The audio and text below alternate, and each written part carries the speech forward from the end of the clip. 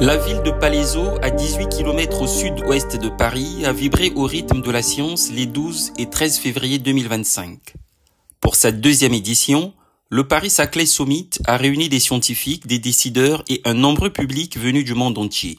Parmi les participants, une scientifique congolaise, le professeur Francine Toumi. Au premier jour, la présidente de la Fondation congolaise pour la recherche médicale a eu un échange avec le journaliste Fabrice Dupreuil sur les maladies infectieuses.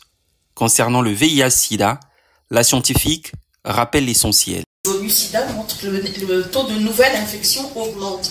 Et donc là, il faut renouveler complètement les messages de prévention, faire comprendre que préservatifs et PrEP, pour ceux qui sont très exposés, doivent être mis en application.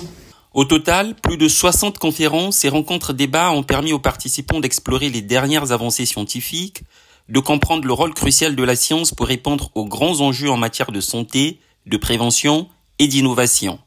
Un moment capital pour le professeur Francine Toumi.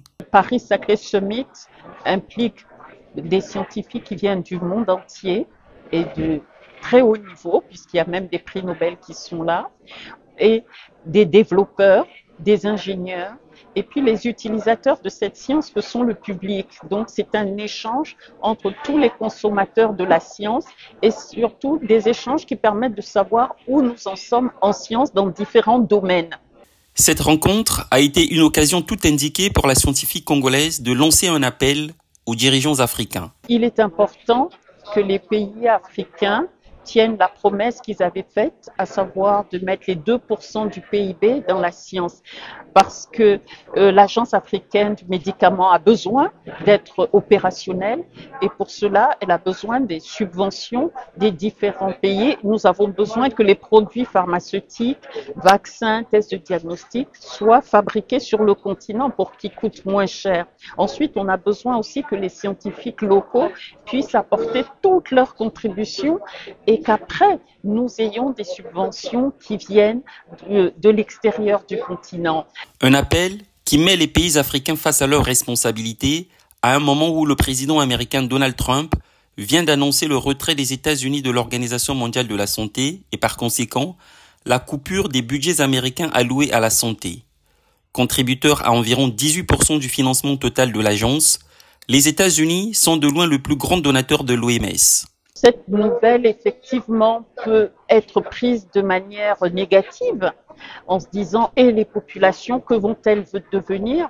Mais dans le même temps, on peut considérer ces annonces comme une opportunité pour les pays africains de revoir complètement leur manière de subventionner la santé mondiale et que les contributions de nos pays soient plus orienté dans le soutien des scientifiques, dans le soutien du développement, du progrès localement, régionalement, au niveau du continent, pour encore une fois répondre à nos besoins. Nous ne pouvons pas continuer à vivre de la main tendue des Américains ou autres.